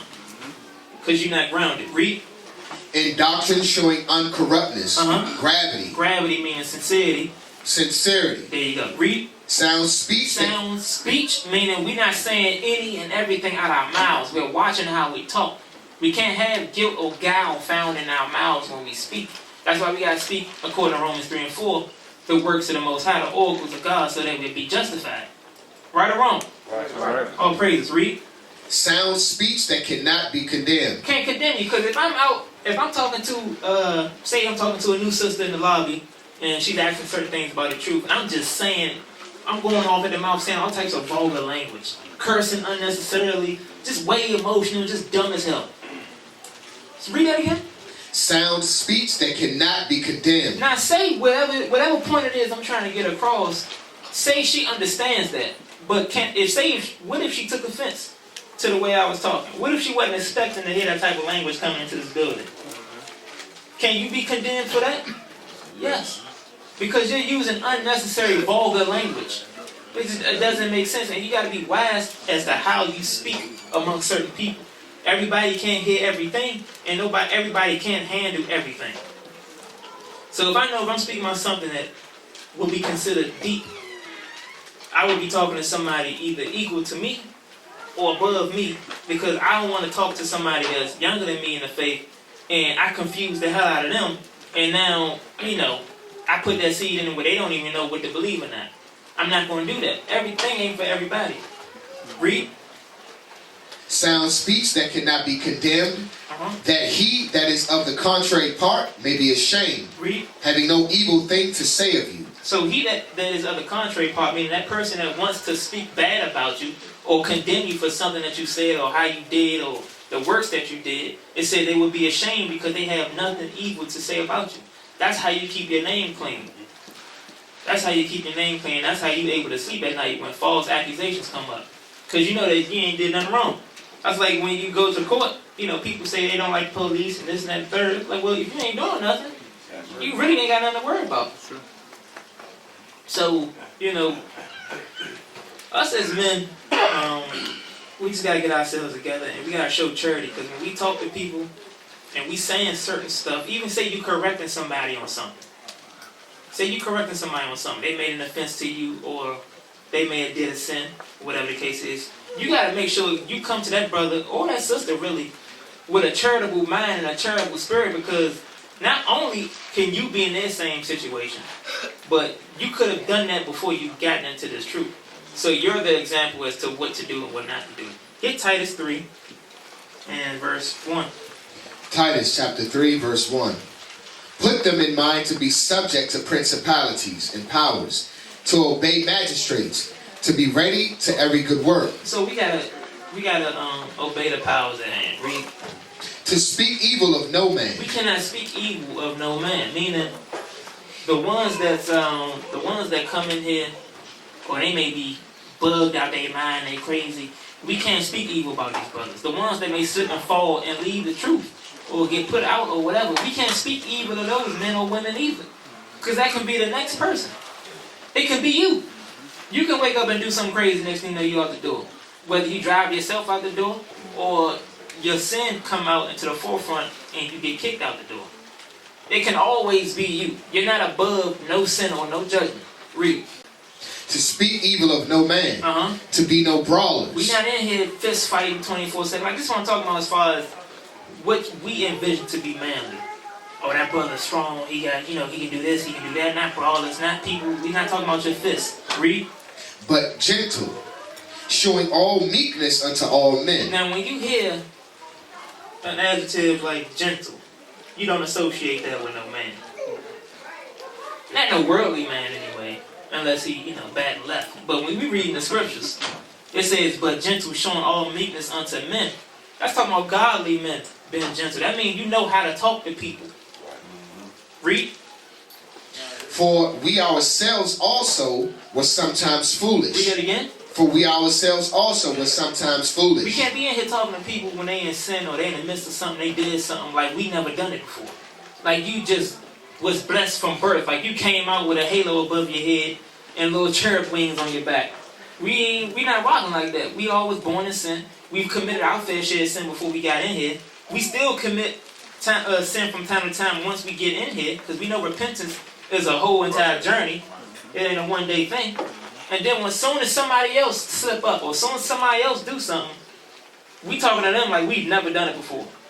Like we's not guilty of nothing. Nah, we can't rock like that. Because you used to be foolish. Read. For we ourselves also were sometimes foolish, disobedient. We didn't like to listen. We didn't like to listen to the ones that came before us. We definitely don't listen to the scriptures.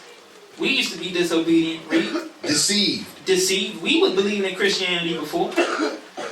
Everybody in here at some point in time believed in white man Jesus to a degree, or Islam, or Krishna, or whatever you coming out of. We was all deceived by something or someone before we got up in here. Read. Serving diverse lusts and pleasures. Diverse lusts and pleasures. Whatever your soul lusts after, that's what you want to go do. Because America offered it to you on a silver platter. We all used to be this way. Read. Living in malice and envy. Living in malice and envy. You hated your people.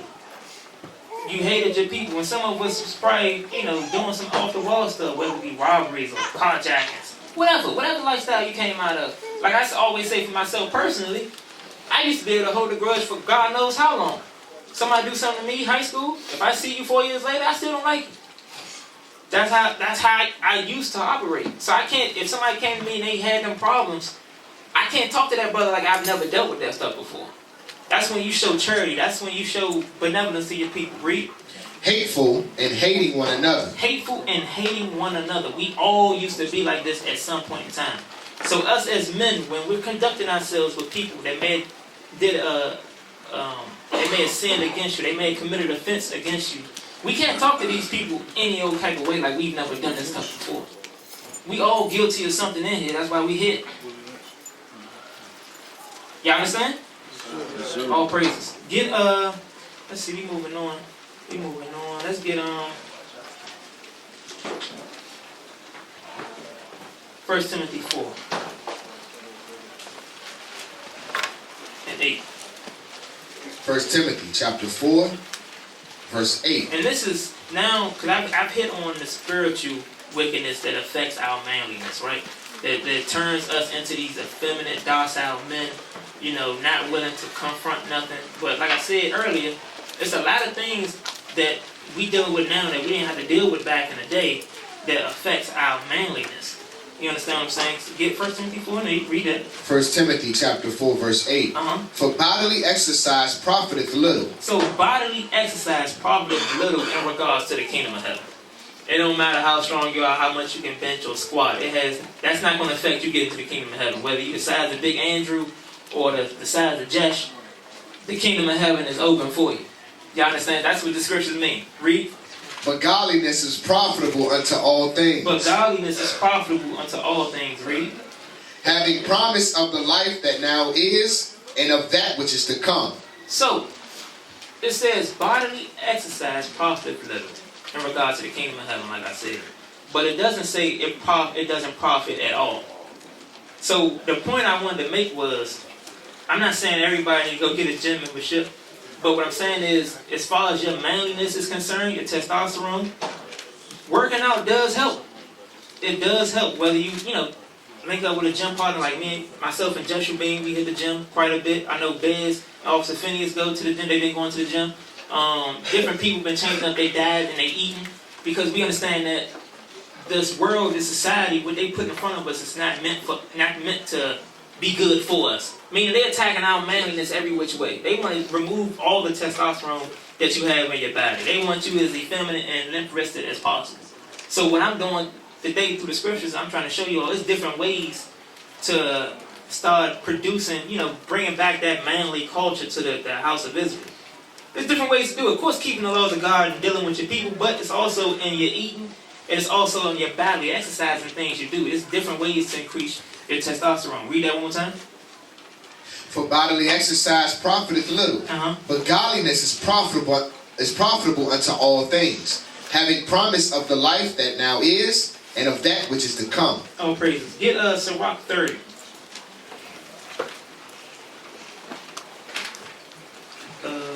Start at verse 14. So I mentioned earlier that at the beginning of the class, I said they're attacking our manliness every which way. Whether they putting soy in everything, they putting estrogen in everything, like a lot of plastic bottles. If it don't say BPA free, you know, it's more than likely it's contaminated with estrogen chemicals. So when you drinking your water and things like that, you're absorbing these things. So after about 10 years of drinking estrogen, next you know, you come in here with some man boobs, looking crazy. Your voice getting lighter and lighter. You're more emotional. You're not temperate like the scriptures tell you to be. You up and down. You're not even killed. These are all signs of having too much estrogen in your diet, which would lead to a lack of manliness. Read that. Sirach chapter 30, verse 14. Better is the poor being sound and strong of constitution than a rich man that is afflicted in his body. Read that one more time. Better is the poor being sound and strong of constitution than a rich man that is afflicted in his body. Health and good state of body are above all gold. So the scriptures tell you that health and a good state of body are above all the riches. Because if you got millions upon millions of dollars, but you suffering from a disease that's incurable, what is that money going to do? You're not happy. You're not happy. But I know for a lot of us in here who got operating functional bodies, got all our senses together, we can walk and do things that we do. We may not have all the money in the world, but I'm sure that we appreciate our bodies being fully functional. So it's our job to have longevity and try to live as long as we can, because we got a lot of work to do. So we got to show appreciation for the vessels that the Most High gave us, not fill it with a bunch of junk, if you can help it. And try to combat the things that the so-called white man is putting in our foods to try to have us and keep us docile. That's what I'm saying. Like it's when Ephesians 6 and 12 say the rulers of darkness, spiritual wickedness in high places, you wouldn't think somebody would go to that length to really keep you docile or keep you weak, but that's the case. Read on. Health and good state of body are above all gold, and a strong body above infinite wealth. A strong body over infinite wealth. Read. There is no riches above a sound body, Read. and no joy above the joy of the heart. So when your mind is healthy, when your mind is clear, and you got a sound body, a functioning body, that's better than all the riches you can have, that you can wish for. Because I'd rather be strong body, mentally strong, and with a functioning body than be rich and having a body that's falling apart. Like, prime example, what's that one brother, I say brother, excuse me, that one wicked ass Edomite that died recently, pretty recent. He's like a Rockefeller or something. He's old as a mug. I think he was either one of the Rockefellers or it was a Rothschild. I think it was. Yeah, it was a Rothschild. The brother looked like a vampire, right? Like he looked like he bleed and cry out his eyes, right? And he had like 8 or 9 heart transplants. Refused to die. At first I thought he was being kept for the coming of Christ, like certain people he got on his hit list. But I was like, this dude won't die. But he finally passed, all praise to that. And then, but he looked like he was not a happy dude. He had all the money you could probably think of. All the money. But when you look at him, it's like, bro, he looks like he's literally this close to dying every picture. And he finally passed. It wasn't enough of our kids' heart transplants he can get that would save his life. But you know that's where he's getting them from. Y'all already know what time it is. But read that one more time, verse 16. There is no riches above a sound body, and no joy above the joy of the heart. Death is better than a bitter life or continual sickness. So when you continuously sick, the scriptures say death is better. And I know some of us has had family members where they've been in the hospital so long, underneath the knife or the needle for so long. You like, when they pass, you like, man, thank goodness, because they were suffering. They were suffering. You know, they were suffering. And a lot of things that our people that we consider inheritable traits, like maybe diabetes may run in the family, or high blood pressure, or high cholesterol may run in the family, that don't mean it's going to continue forever. You can change these things. Now, we all know that the Most High is the one that's afflicting our people with whatever it is that we got. But what I'm saying is, with the knowledge that we coming into this truth, it's ways to reverse the effects of some of these plagues we get judged with, based off our eating habits and things like that. Run that video real quick. Gavin.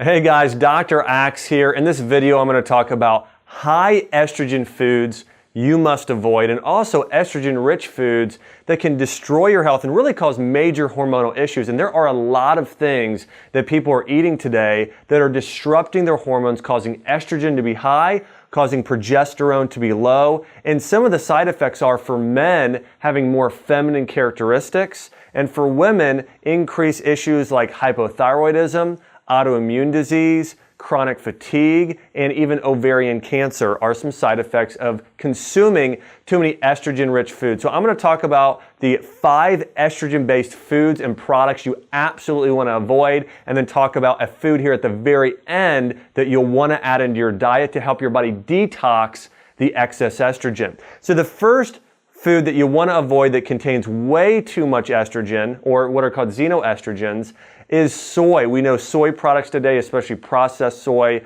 most of it is genetically modified. And consuming soy, again, very high estrogen-based food, and whether it be soy milk, soy protein powder, or just regular soybeans, this is something you want to avoid. Now, soy started being consumed in large amounts years ago because it was so popular in Okinawa, Japan, but they consumed a different type of soy. It wasn't the genetically modified soy that we consume today. It was a type of soy called natto, which is fermented soybean. So it was loaded with probiotics, vitamin K2, didn't have the same estrogen effects. And the reason why these estrogen foods are an issue is because they're called xenoestrogens. They increase estrogen in your body, or they act like estrogen, which again increases your risk of breast cancer and cervical cancer in women, and for men, major testosterone issues, impotence, and other health issues. So again, soy, number 1 estrogen-rich food you've got to stay away from. Number 2 food is too much sugar. Too many sugars and carbohydrates can increase estrogen in your body and lower progesterone. So eliminate the processed sugar. Get rid of grains in large amounts. If you're consuming large grains, switch over to doing more fruits, vegetables. Or if you need to do grains, sprouted grains are a better option. But really balancing out those ratios, lowering your carb intake, increasing your intake of healthy fats will also help naturally balance out and decrease excess estrogen in your body. Now, maybe the biggest offender of excess estrogen in your diet is consuming conventional meat and dairy products. In fact, I read a study recently out of Spain, and they found that your average milk today contains 20 different chemicals and medications, including growth hormones like RBGH, as well as estradiol and other hormone-based medications. So again, think about this. You go your regular grocery store, pick up a gallon of milk. That milk contains over 20 different medications and chemicals, which is going to increase your estrogen. And this is why in my family practice in Nashville, I had young girls coming in hitting their menstrual cycle at closer to 9 and 10 years old rather than 13 and 14 because of all of these extra hormones and steroids in the milk supply. And the same goes for the meat you eat. If you are shopping on a budget and you don't have a lot of extra money to spend, if you're going to invest in your health anywhere, make sure it's on your meat. So doing grass-fed organic meat and raw organic dairy products, because if you're doing those and they're not organic, we know they've got steroids and estrogen in them that's going to increase your risk of all the things we talked about, from cancer to autoimmune disease to other neurological issues. And then last but not least, again, we talked about getting rid of soy, getting rid of sugar, getting rid of the conventional meat and dairy. And then the last one here is a product, but stop drinking out of or eating a lot of things out of plastic containers that contain BPA. BPA stands for bisphenol A, and it's a compound in plastics that's known as an estrogen mimicker or a phyto or a xenoestrogen. And so staying away from the plastic bottles, especially when they're heated. If you leave a plastic bottle of water out in the sun, those, actually by about 90 to 100 times of those plastics will leach into the water. When you're drinking those will get into your system, causing these hormonal-based problems. And another thing along with plastic are Teflon pans. In fact, when you heat up Teflon pans, that heat actually increases these what are called PFOAs, which are also estrogen mimickers, by 400 times. And so again, heating Teflon pans, doing things out of plastic bottles, another big no-no, and things you absolutely want to avoid if you want to decrease estrogen. And here's my last tip. Obviously, we want to get rid of those foods and products.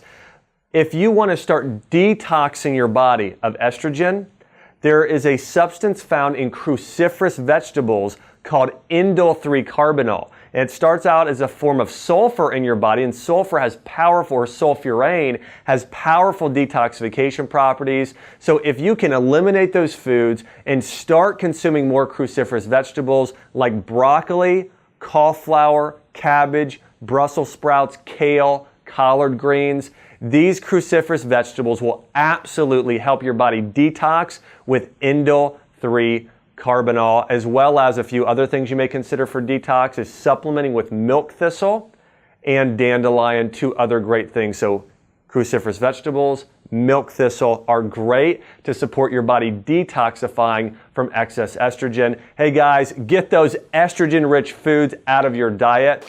But I think he mentioned about how the sisters or the young ladies or whatever, they mature a lot faster than they would back in the day because of the high estrogen levels and steroids that's used in the foods and the meats and stuff like that. That's why a lot of these Wicked Jake or whoever celebrities being caught up with all these little sisters who they may have thought was 18, 19 or whatever. That's because they matured at 14 years old because of all the extra chemicals they put in the food. You know what I mean? So, like I said, I'm just trying to hit it on a very base level, as many things as I can that I know affects manliness and feminizes the men. And also, too much estrogen is also bad for the sisters as well, because it leads to thyroid problems, and it can cause cancer. But yeah, get Proverbs. We're gonna switch it up. I want to also touch on the brothers who don't know how to control what they say out their mouth, or they say stuff at the wrong time, and that's not a manly trait. To be honest, it's not a manly trait. Get Proverbs 17. The book of Proverbs, chapter 17, verse 27. He that hath knowledge spareth his words. Hezron, what is knowledge? Stand up. Come on, bro.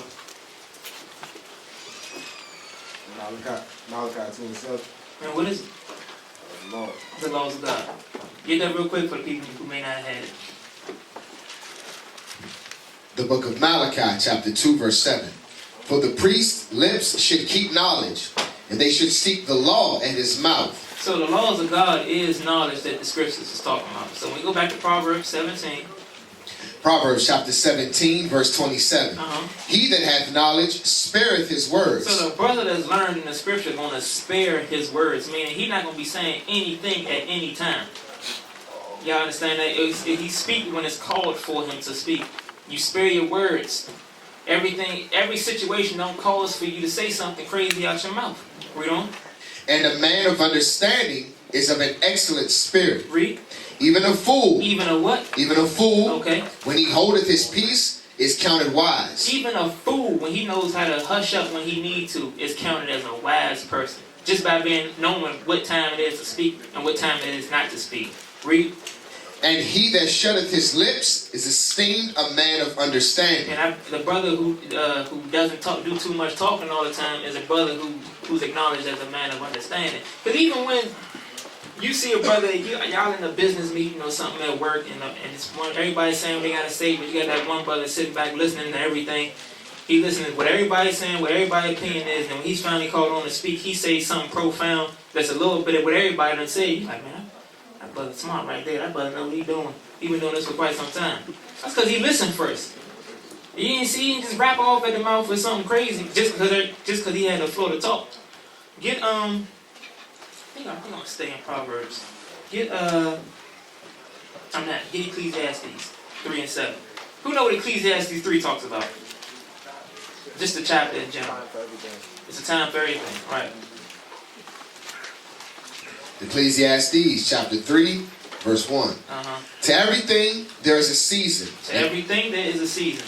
Read. And a time to every purpose under the heaven. And it's a time set out for every purpose under the heaven. Any purpose. Jump to verse 7. Verse 7. A time to rent. A time to rent, meaning to tear apart. And a time to sow. And a time to sow. Read. A time to keep silence. A time to what? A time to keep silence. A time to keep silence, meaning keep your lips closed. And a time to speak. And then it's a time to speak. Get Sirach 32. Because a lot of times, what we have a problem doing as men is we like to talk. Sometimes a lot of stuff venture off of emotions, and we say some stuff that we may later on regret. You can't always be quick to speak. Because a lot of times when you jumping out there without thinking before you talk, you say something foolish or offensive. That's why the scripture says it's a time for everything. And it's our job to be able to discern, when can I say this or when can I say that? Read. The book of Sirach, chapter 32, verse 7. Yep. Speak, young man, if there be need of thee. So the scriptures tell you to speak if there be need of thee. Meaning it's required of you. If I call on you for an answer, you can either say, I don't know, or you can give the answer, whatever you think the answer is. It's required for you to speak. When you're standing amongst a bunch of the elders, the deacons, the leadership, and they all conversing, you are not equal to them to just dive into their conversation talking as if you're an equal. You're not on their level. You're not. Now, if they asked you for a suggestion, that's the floor. Say whatever it is that you need to say. But unless they give you that floor to speak, you cannot just be interrupting people in the midst of their talk. That's what the scriptures say, especially the leadership, the deacons, the bishops, captains, whoever, officer 90, whatever. You can't interrupt them. That also goes for if you see two officers. That's like you see two officers talking, Officer REA, Officer Dothan, they having a conversation. Somewhere standoffish, so they know you know they don't want nobody involved in their conversation. And you just walk up and stand there.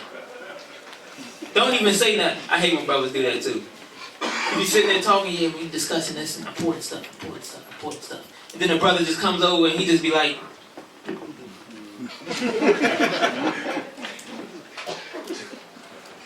then it's up to you to be like, is it something you want, brother? Nah, I ain't want none. I was just over here, being nosy. Just stop. Stop. Or you just come in and interact like some people. I know a brother that just come into the conversation as if he was there from the beginning and just start talking. It's like, bro, you don't even know what we talking about. You just coming over here laughing. It's like, bro, what are you doing? When you get the floor to talk, especially when you're amongst wise men, then you speak. But otherwise, try to keep silent. It's out of respect. Read. Speak, young man, if there be need of thee. And yet scarcely when thou art asked twice. It says scarcely when thou art asked twice. So when the first time they may tell you if you got anything to say, you might be like, you may say a little bit, and then they may say, can you expound on that? That's when you had the floor. Just out of respect. Read. Let thy speech be short. When you do talk, let your speech be short. Read. Comprehending much in few words. Comprehending much in a few words. Read. So when you do talk, make sure that you're getting your point across. Read. Be as one that knoweth and yet holdeth his tongue. Be as one that knoweth and yet holdeth his tongue. That's like when up in here when the officers or somebody may be asking a question, and we ask him a particular brother to see if he been paying attention to that, and then you just got some brother just blurt out the answer. Like you ain't let the brother try to give his best effort to answer the question. Read. If thou be among great men. So when you're among great men, and I use leadership and bishops and deacons and captains and things like that because I know y'all don't see Officer Doe, REA, Officer Phinehas, Officer Reuben, Malachi, man. I know y'all don't see them as great men. That's why y'all just be interrupting conversations and carrying on as if everybody's equal. Read on. If thou be among great men, make not thyself equal with them. You're not equal to these men. These men are in the positions they are for a reason. They've been putting in works, big works, before we all came in here. Especially, that goes for leadership outside of the school and everything else. All these men been putting in works before we got here. When you around great men, make not thyself equal. Out of respect. I can't come onto a job, a construction job, and I'm gonna use Hezron for an example. Cause you still in trade, right? The union. You can't come on a job as a helper.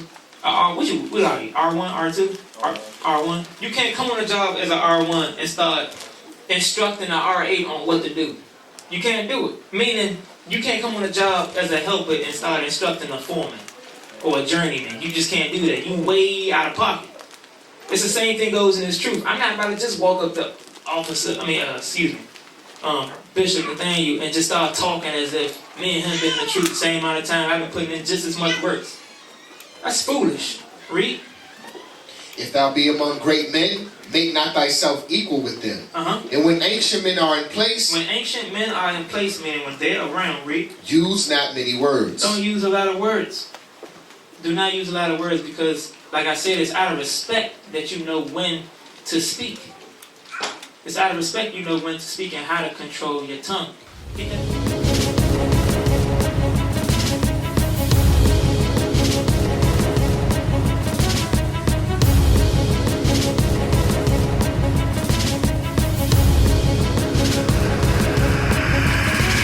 Shalom, Israel. I'm Elder Nathaniel of Israel United in Christ. YouTube likes to shut our channels down, as some of you have noticed, ever so often. Subscribing to join IUIC will assure you will always stay connected to our YouTube accounts. We want to do our best to make sure this truth gets out. Please click and join our subscriber YouTube channel called Join IUIC to stay linked to all of our videos. So again, please make sure you subscribe to this Join IUIC channel to get your latest updates from all our YouTube channels. Shalom.